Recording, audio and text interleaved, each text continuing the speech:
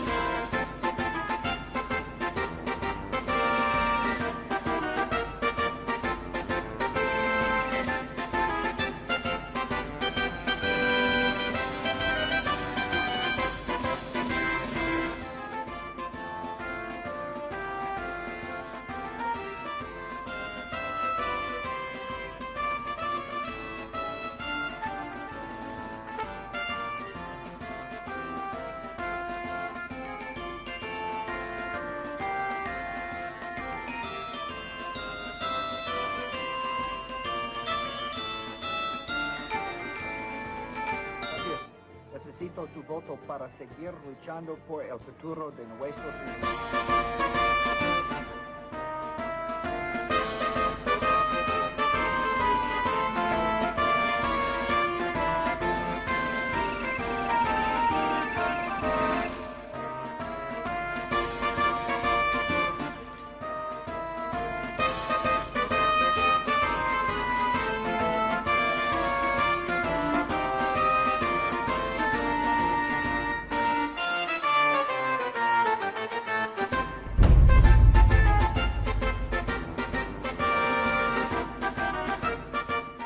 I don't believe that some of these states that they call, like Florida, I just don't believe that. I don't believe we got enough evidence to be able to call the state. We're doing better than we thought, and but I feel fine.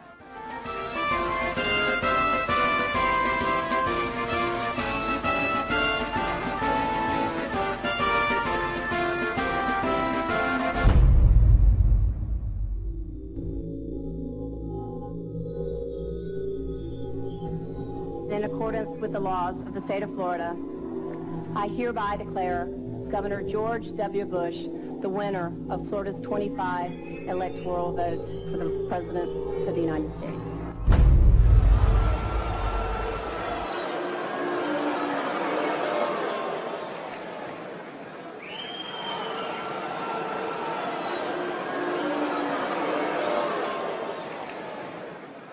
Now that the votes are counted, it is time for the votes to count.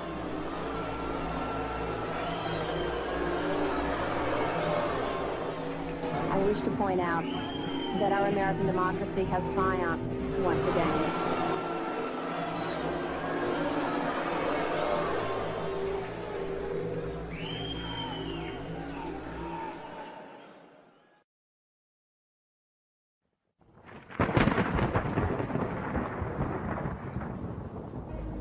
The Skull and Bones secret society was originally called the Brotherhood of Death. George Bush Jr., his father George H.W. Bush, and his grandfather Prescott Bush have all been initiated into this macabre fraternity, which was established in 1832 at Yale University by William Huntington Russell, whose family were America's biggest opium smugglers. George W. Bush was initiated into the Skull and Bones Brotherhood of Death in 1968. The ceremony took place at the Society's headquarters, which is a stone building with almost no windows. This mausoleum-type building is known as the Tomb. There is a small enclosed courtyard, an internal chamber where initiates lay masturbating inside a coffin, and a museum of artifacts held sacred by the Society's members, which are all called Bonesmen, regardless if they are male or female. Many of the artifacts inside the Skull and Bones headquarters have been stolen by its members. To prove their devotion to the Brotherhood of Death, Bonesmen have robbed graves, bringing human skulls and skeletons back to their tomb and placing them in glass display cabinets. For nearly 40 years, George W. Bush has been an active member of this most bloodthirsty occult secret society. His allegiance is primarily to his fellow bonesmen, not the American people. In order to prove his devotion to the Skull and Bones, Prescott Bush, grandfather of George W. Bush, savagely desecrated the grave of Apache Indian chief Geronimo. Prescott Bush robbed Geronimo's grave and had Geronimo's skull placed in a display case alongside the order's other treasured possessions, which include silver tableware from Hitler's Eagle's Nest headquarters in Nazi-occupied Austria. Welcome to the satanically inspired secret world of the Skull and Bones Brotherhood of Death. Welcome to the sick world of the Bush family.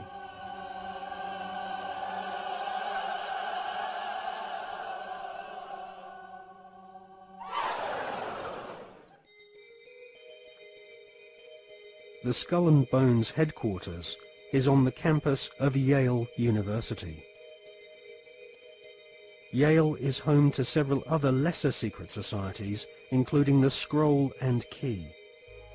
Alexandra Robbins is an American journalist who has written a book about the Skull and Bones called Secrets of the Tomb. In her book, she traces the origins of this cult, which was funded from profits of the Russell Company in the early 1800s.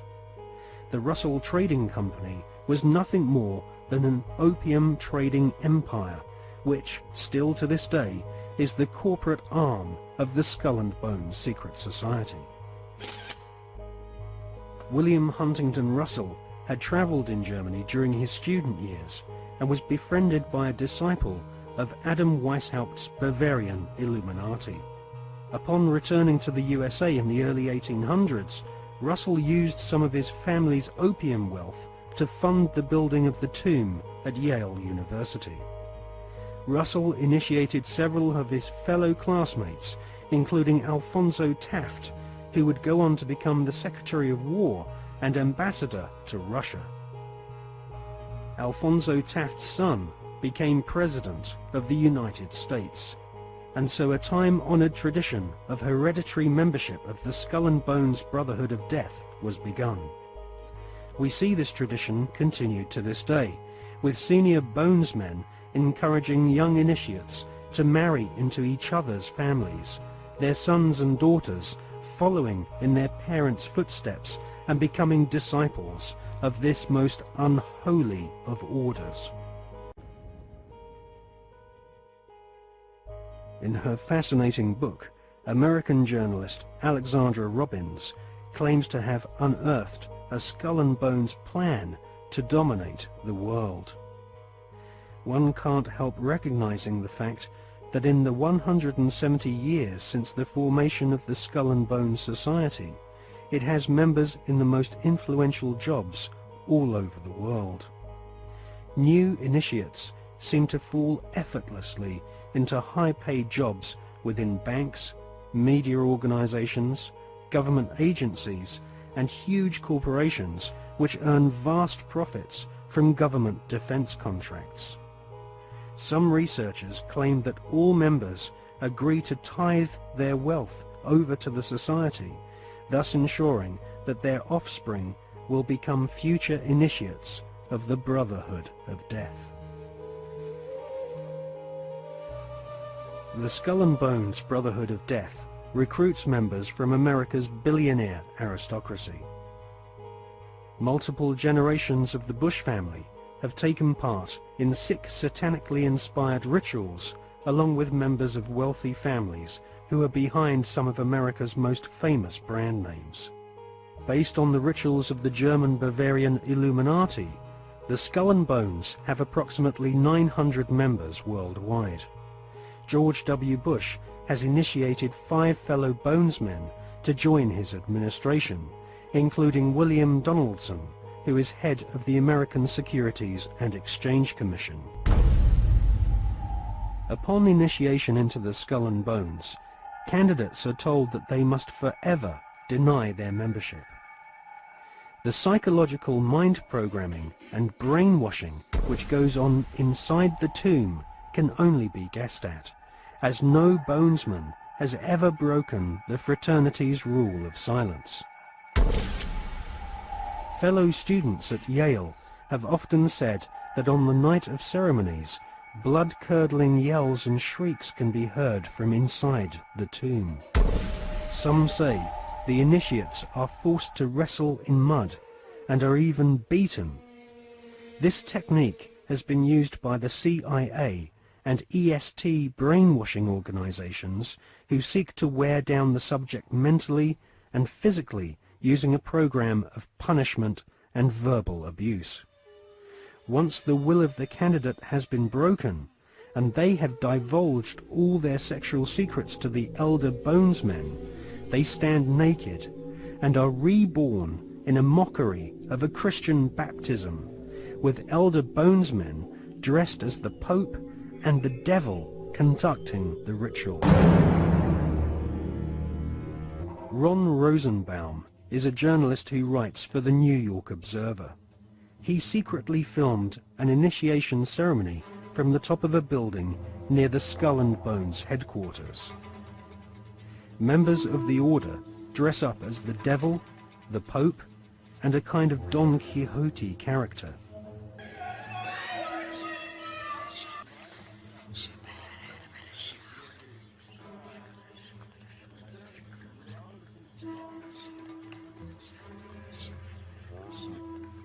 The Pope wears a white monogrammed slipper which rests upon a stone skull.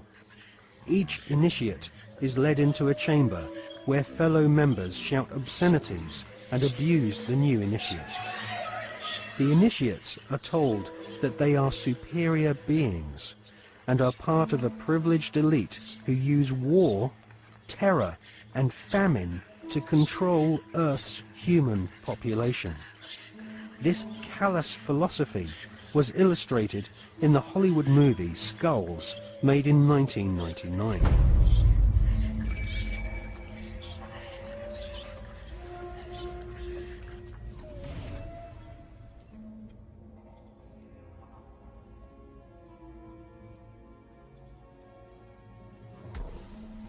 Over the years, there have been several break-ins at the tomb, which is the headquarters of the Skull and Bones at Yale University.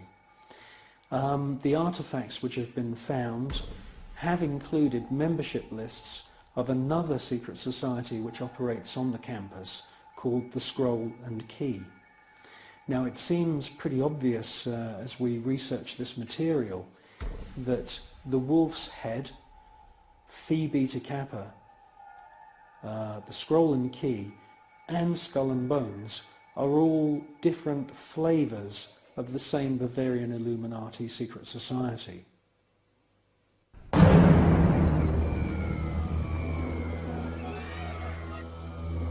One by one, each new member is thrust to his knees and bows before the devil.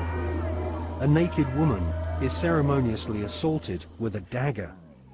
The devil lays each initiate into a coffin, and a ribbon is tied to their genitalia.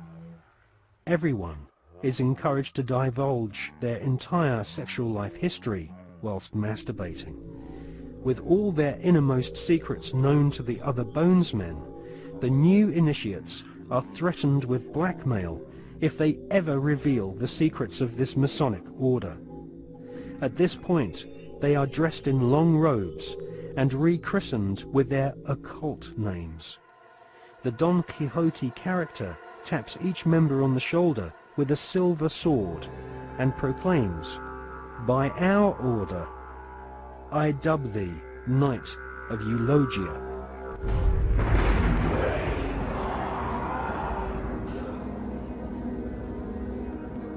We can exclusively reveal that George Bush Sr.'s occult name is Magog, which is the name of the evil army commanded by Satan to visit Earth and destroy the kingdom of Christ.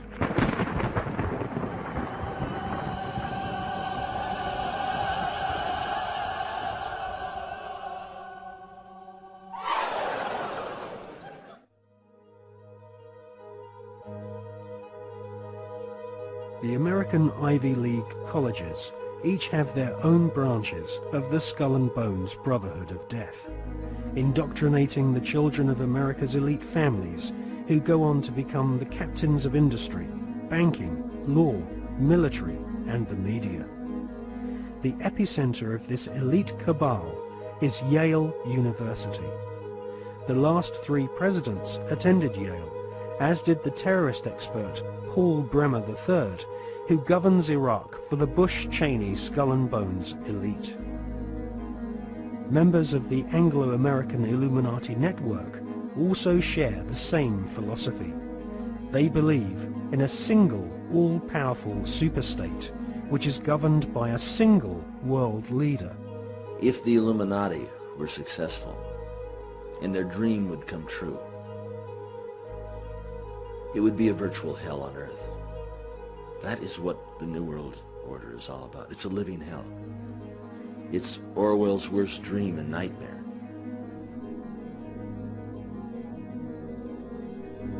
Well, to understand the philosophy of the Skull and Bones Society, you have to understand the philosophy of 18th and 19th century Germany, with people such as Hegel. Now, the dialectic system, the dialectical political system, was not devised by Karl Marx. It was actually developed by Hegel, Fichte, and also contributed to by Kant. These German philosophers believed that you could create change in society by conflict. And this could be, for example, political conflict, the conflict between left and right.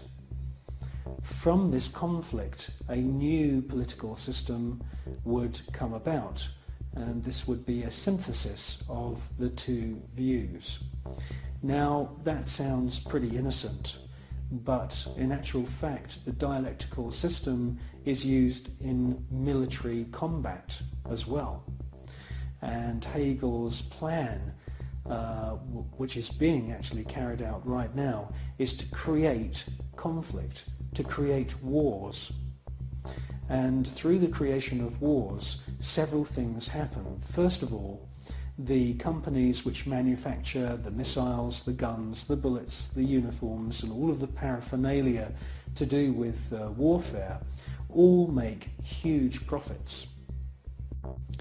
Secondly, there is a culling of the male population. Since the 1950s, we've had several reports from think tanks that feed information into the European Union, the British government, and also the American government, which are recommending depopulation. And there is several plans which we believe have been put in motion right now. And obviously war is one way of depopulating the planet. Now, in addition to creating false conflict and engineered wars, the Hegelian philosophical system, which is being followed by the Skull and Bones Society at Yale and also the group at All Souls College at Oxford University, the Hegelian system also requires complete and utter obedience from everyone in society. The idea of freedom, freedom of thought, freedom of the individual to choose what they want to do with their lives doesn't come into play at all under this German Hegelian system. In actual fact, Hegel says that the individual should be 100% obedient to the state, and the state should take on the image of God.